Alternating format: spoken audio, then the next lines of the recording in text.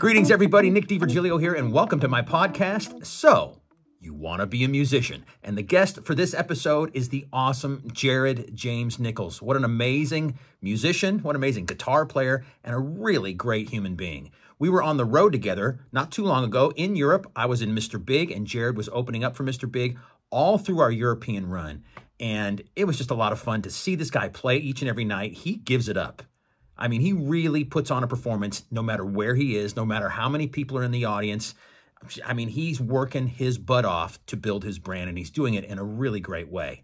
I got to sit in with the band one night. I think we were in Zurich, Switzerland, and I played War Pigs with him and his great band. It was just so much fun.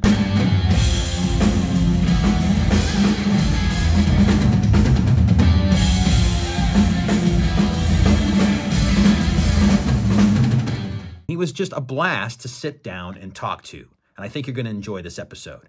If you're watching and listening on YouTube, thank you very much.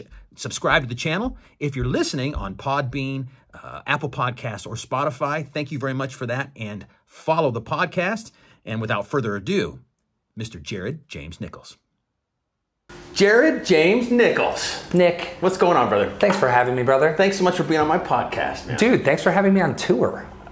This has been a blast. Everybody listening and watching, Jared and his killer band. They're great. Ryan and Brian are really solid players. Yeah.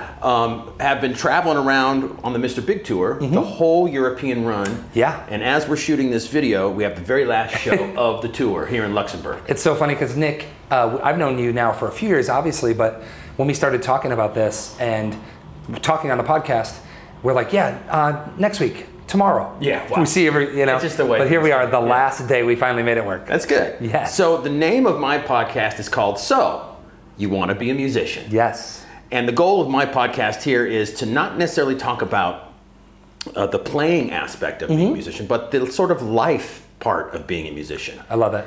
And mainly to, just to tell some stories, and also maybe to relay some advice, some life hacks to other players, maybe younger than us, that are trying, want to do this for a living. Because when you decide, at least from my perspective, when you decide to make music your life's work, your passion, and the way you make money and pay your bills, all that kind of stuff, it takes on a whole other meaning than when we were kids just playing music, right? Absolutely. I couldn't agree more. So I start everybody, all the artists that I've had on, with the same sort of heavy question. Give it to me. And then we take it from there. Cool. Do you have to play music to be happy? Yes. What's funny, I said this to someone the other day. With music now, I just turned 35. So over the past, I would say, 5 years, especially, I have to play music to be happy. Okay. But also I find that it's not even that I'm choosing to play music, like the music chooses me back. Sure. So like, even as simple as, going through all of the times with COVID and all of the lockdown, but then getting back on the road, it was like, for me, like many musicians, the music was the only constant. Sure. It was the only thing that I knew that I could grab onto and bring me happiness. So yeah, absolutely, I have to play music to be happy. It's my therapy. And I hear that, and I feel the same way, but now forgive me if I get this incorrect. No, married or your girlfriend? Married. You're married. So, and I met your girl in Zurich, I think it was. Yes, Switzerland, yeah. Your wife came on tour for a couple days. Yeah. My wife Tiffany was there. We met in Zurich, and so this point where you have to play music to be happy, and you're married with this lady who obviously loves you. You love her. How does the need for music fit into your personal relationship, especially with her? How does she deal with that? And you guys on a one-on-one sort of thing. Well, I know that you and Tiffany have been together for a while. Yeah. Right. So Amanda and I, we met. She was 18. I was 18. So we've known each other now for a long time. Yeah. And we started to date soon after. So she's been with me on this ride since I really started. Yeah. And what's funny about that is like, it's a double-edged sword, right? Because she's seen and been a part of all of the hard times where, trying to figure everything out. Because like most of us, Nick, right? It's like, I grew up in Wisconsin, and then it was like, oh, I got to get out of my hometown. So then I moved to Boston, and I was in Boston at Berkeley for a minute. She was with me, we were doing a long distance. Then it was, oh, I don't like Boston, I'm gonna go to LA. I'm like flopping around, not really knowing what I'm doing. Right. But what I find with her is I don't have to, there's no wall because she realizes how hard it is to be a musician, to make money playing music. Right. And to get to the point where we're at right now, it totally sucks. The reality that not a lot of people understand, I think, is, you know, you have to be on tour, right? You have to play. You have to play. You have to be active. I don't know one successful musician, especially around our age or doing what we do, who gets to leisurely sit at home and go, oh yeah, I'll figure it out, right? It's like, you have to be out doing it. So I think that once we as a couple got over that in our relationship, that it's like, hey, if I'm gonna make this work, I have to be out working, right. you know? So it's not the best scenario, of course, being away from home for long times, right. But it's just part of the journey. It's part of the whole experience. Well, obviously she gets it and she understands. You guys have worked through whatever you needed to work through in the past to get to this point. Totally. So, with that being said, what kind of advice would you give to a young couple? Oh my goodness. It doesn't have to be, you know, whatever you think. Maybe Okay. just a couple of things. Yeah, of course. On how to make the other person, whether it's a man or woman or whoever, feel important or loved or confident about. That's a great question, dude. Yeah. The first thing I would say, no matter what, is you have to make sure that you let that other person be included, because they are such a huge part of it, right? Sure. It's like with you, and same for me, it's like, for us, that's our rock. That's the constant, right? Sure. And it's like in the ever-changing day-to-day of our lives, it's like we know we can call our significant other, or you can call your guy or girl, and you have that support system. So I think that letting them know how important they are in the grand scheme of things is the first and foremost. Because a lot of times, I'll admit that being on the road, I get so caught up, or, you know, especially the way that we tour, right? We're in a van, we're basically bombing around going, and it's like, you get stressed out and you're just trying to get through the day, that sometimes you forget to tell that person, like, hey, I love you, thank you for dealing with me. And you call and you're mad and you're you know, venting. So that's one of the biggest things, I think, is letting that person feel included and let them know that, you know, it's not just about you out here like selfishly living your dream, or it's like you're a couple, you're together in this, and you both grow together. Sure. If that makes sense. That's a great answer. Yeah, man.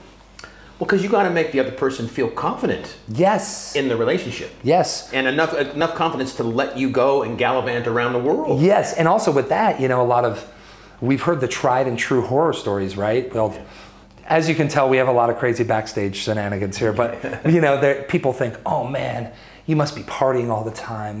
There must be girls everywhere, and it's like, man, I didn't grow up in the 80s. I never saw that really. But from what I can say, it's like, no, it's just a lot of moving around, a lot of hustle, and a lot of hard work. Yeah. So I mean, Tiffany came out on the road. It was her first time. We've been together for 35 years, married 30 years.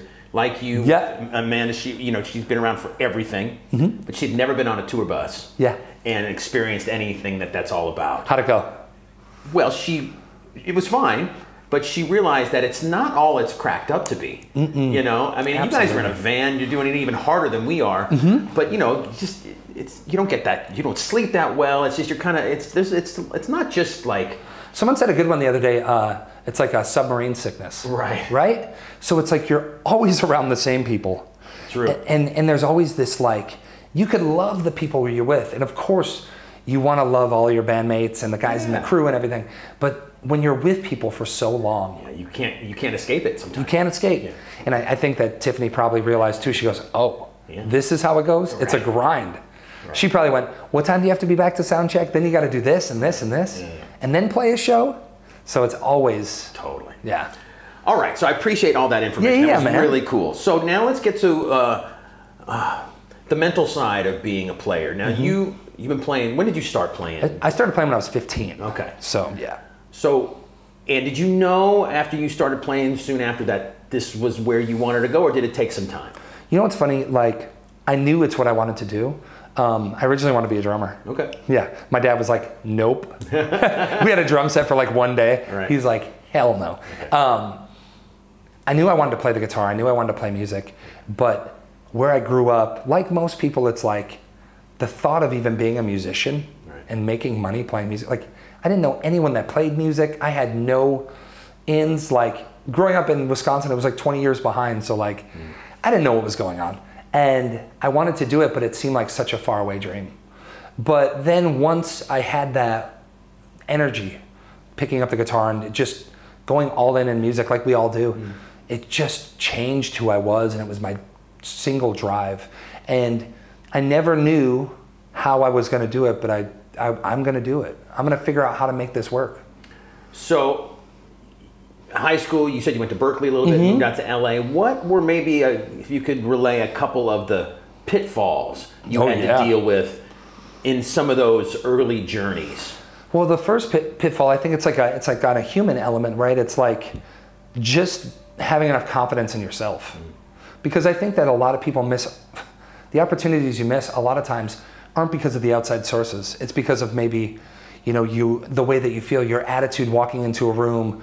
Maybe you're really nervous or you're scared, or it's like, I remember going to LA and I was just like, man, like I'm a little fish in this shark infested water, you know? Sure. Like, what do I know? So that was one of the first things where it was like, trust your gut. You have to go in having a plan. Even if you don't know what you're gonna do, have a vision like of, you know, what am I trying to do out here? Because I think it's really easy to get stuck in a rat race where it's like, am I trying to join a band? Am I trying to start something? Am I trying to do studio work? What am I doing? So I think a lot of guys that I met, they just ended up kind of chasing their tail because they didn't know exactly what their goals were, you know? So they got kind of wrapped up. You went down the focus of you're going to be the solo artist. 100%. Your music, you're the artist and the thing. So were there ever doubts in your head about your abilities or your... Absolutely. Or the, you know, kind of music you're making and that kind of stuff? And how did you sort of deal with that mental side of it? So like, that's a great question. When I moved to LA, I knew I wanted to do like, I wanted to do like guitar influenced rock, right? Okay, great. That's such a broad thing. But it was like, I found the first two guys that I met, two Swedish guys, drummer and a bass player. And we got in a room and I remember I was like, all right, we're doing it. And they're like, cool, what do you want to play? And I was like, I don't know, let's play some blues. And they were like, well, we don't really know how to play blues. You know, like they were like, what? I was like, can you play Hendrix? No. And I was like, well, I have a riff. So I started playing this little riff. And we ended up writing a song. And it was just like an instrumental thing. But I wasn't even singing at this point. So it was like, I remember the bass player goes, well, who's going to sing? And I was like, oh man, I guess I will. All right. I came at this in such a stupid way, like just like blind faith, where it's like, I don't know, I'll sing. So I remember the first gig we got a gig playing at the Viper Room, 6 o'clock on a Monday night. Oh yeah, I remember those days. I think it was called like School Days or something. But I remember we were sound checking, and the woman who was booking the Viper, she's like, oh, you guys sound great. She hadn't heard me sing yet or anything. And she's like, what are you doing next week? You want to play next week? Sure. So we started to do this, right? But I remember those first gigs, man. I was up there just like throwing in the dark, you know what I mean? Like, let's just go some random stuff. There was always doubt. Right. Because I think, especially in modern era, with everything online and everything, it's like, it's really easy to look at yourself when you see this incredible amount of talent and go, I suck. What am I gonna do? But the thing that I knew is, one of the dumb quirks about my guitar playing is I don't use a guitar pick. Right. It's only because I'm a left-handed player. So I never got along with a pick. And I remember people would go, oh, you're that no pick guy. And I'm like, I guess? Like, I didn't think it was gonna become this part of my style that people would talk about, right? So what I started to realize quickly was, yeah, I have a million doubts, but if I just stick to my gut and I really just hammer in on what I want to do and how I want to sound, maybe I'll pop out, you know, it's like the bad piece of wood, you know what I mean? It's like, well, that's different. Right. So I think that was a big learning curve for me, was just to be myself. Right. No matter what, it was like, there was killer players everywhere, but the one thing, it's like, you are the only version of you. Right. So just emphasize and focus on that. Amazing, man, amazing. What kind of advice, maybe a life hack, can you relay to maybe a younger person on how to deal with other people in the business? Oh man! I mean, because you've got to the point now where you're releasing your records, Yep. you're touring on your own. You've got, you've reached a good level of success. Maybe not where you totally want to be, but you're on the way. How do you deal with people from business to just your bandmates? What's a good rule of thumb in that? The first thing I'll say is I'm a very high-strung person, energetic. Right. Some people are like, dude, you're like a puppy dog sometimes, right? The one thing I notice with, especially dealing with bandmates, dealing with people on the road, is you have to give everyone their space. You have to treat everyone as you'd want to be treated. Well, and walking into a venue, right? It's like, no matter if, I'm the first of 5 bands on a bill, or I'm the top slot, whatever. I treat every single person how I would want to be treated, and I make them feel that everyone's valuable. We're a team, right? So any young musicians, anyone that's really getting into it and starting to just communicate and network and tour or talk to people or talk to other players, you really just treat them with respect and be a human about it. And also, there's an element of people are busy. Right. Everyone has their own personal things going on, and you never know what someone's going through on a day-to-day basis. So, there's a lot of people that they get a little pushy or they'll get aggressive about certain things. The biggest thing that's helped me out is just to try and give everyone their own space. And I don't know, I don't want to say I'm good at reading people, but it's more like being out on the road's tough. Totally. Booking a gig, I remember cold calling, booking gigs, but it's you never know who you're going to get on the other end.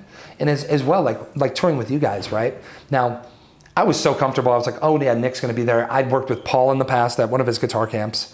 Right. I toured with Billy when he was doing the Winery Dogs. I'd never met Eric, but I was like, all right, this should be great. But a lot of times, hopping onto someone else's bill, you have to just be grateful you're in the room. Right. A lot of people will walk in and they'll go, what, and they start demanding things. And it's like, if I've learned anything about music and I've learned anything about this business, you get what you put in. Don't be a yeah. It's a small world. Right. And if the word travels that you are not a good person to be around, in a few months or weeks, everyone's going to know. And also it's just you just have to be respectful and just be happy you're here. Because there's so many people trying to do anything they can to even book a gig locally.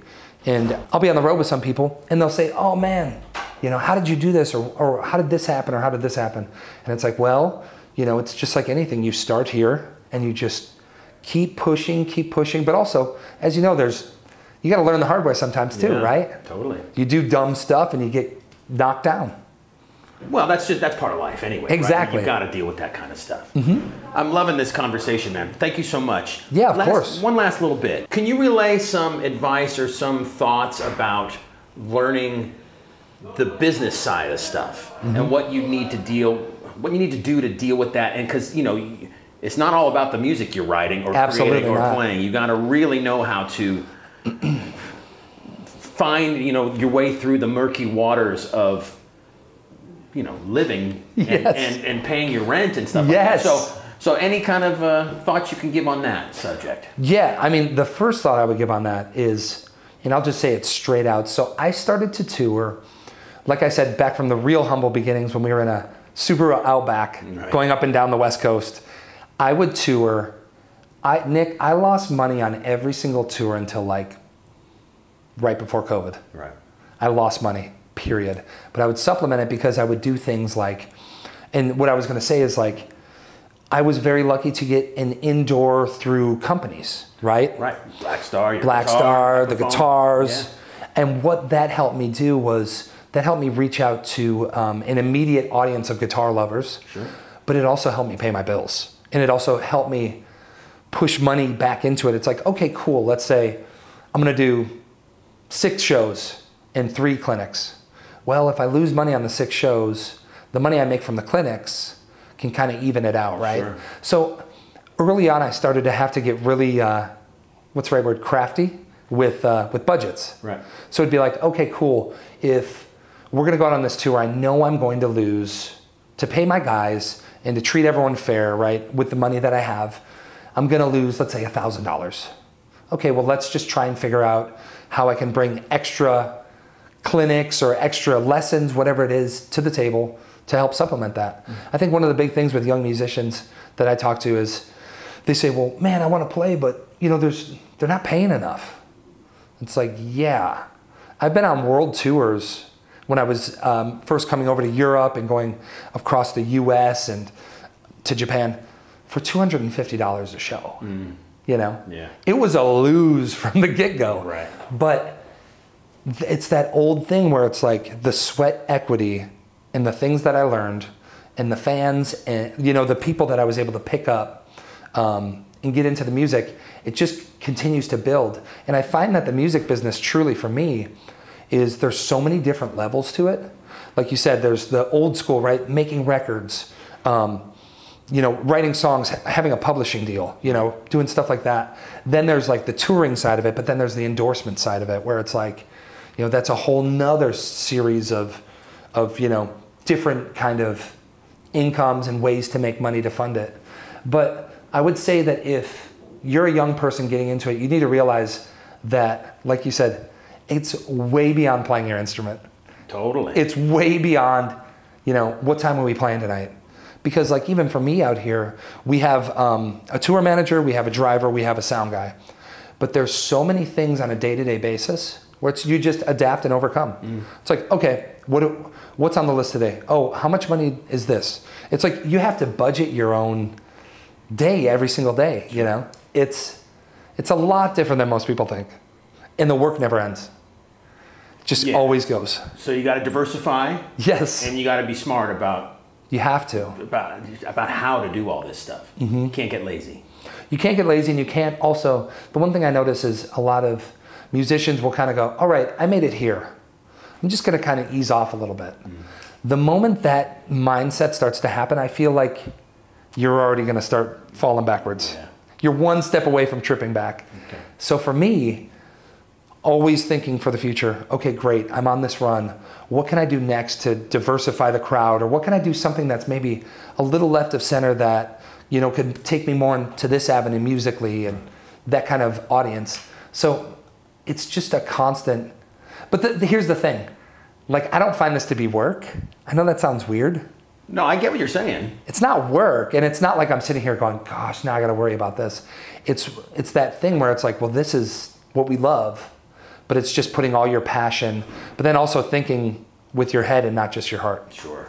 Well, there's a real payoff too, especially when you get on that stage. Oh, yes. And you play those songs and you see the reaction, feel the reaction. You're entertaining. There's nothing like entertaining folks. I did the very first edition of the podcast. I kind of told my story. And I brought up this thing where I think of all the art forms, movies are great, painting, sculpting, all the art forms are amazing in their way. But there's something immediate about music that is different than all of them, that you get this reaction at that point where you just can bring joy, sadness, elation, think of the emotion to a person, and just as you're staring at them. I mean, there's something about that. When you were a kid and you went and saw, what was one of your first concerts you saw? First concert I ever went to was Kiss and Aerosmith. Okay. Second show was ZZ Top, Ted Nugent.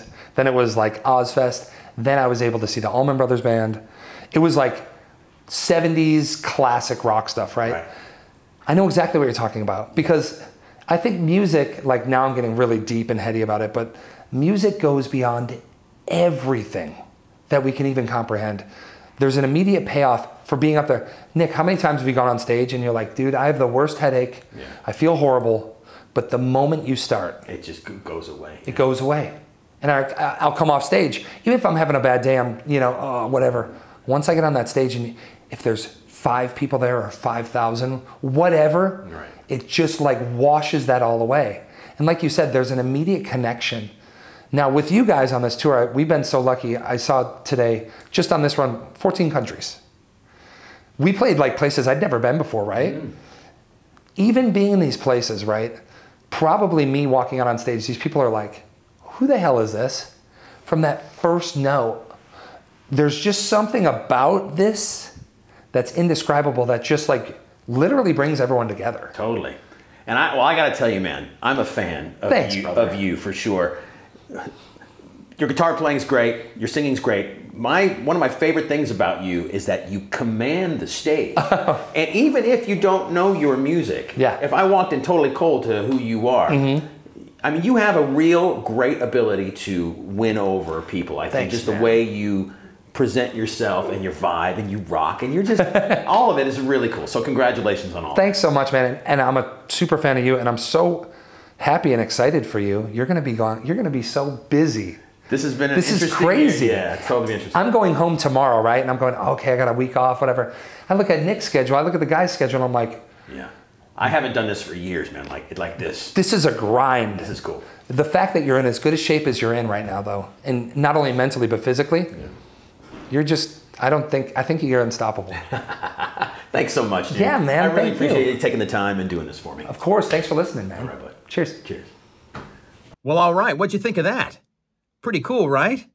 Jared is really fun to talk to, great to hang out with, and again, he's an awesome musician and a great performer. If you ever get the chance to see Jared play live in a town near you, jump at that chance because you're really going to enjoy it. He puts on a great show, and it's just so much fun to watch. His technique is great. The music is cool. It's just good down-home rock and roll. I think you'll dig it. So definitely take the chance to see him live if you get that opportunity. And again, thank you if you're watching and listening on YouTube. Subscribe to the channel. Follow the podcast on Podbean, Spotify, or Apple Podcasts. And join me again in a couple weeks for another episode of So You Want to Be a Musician.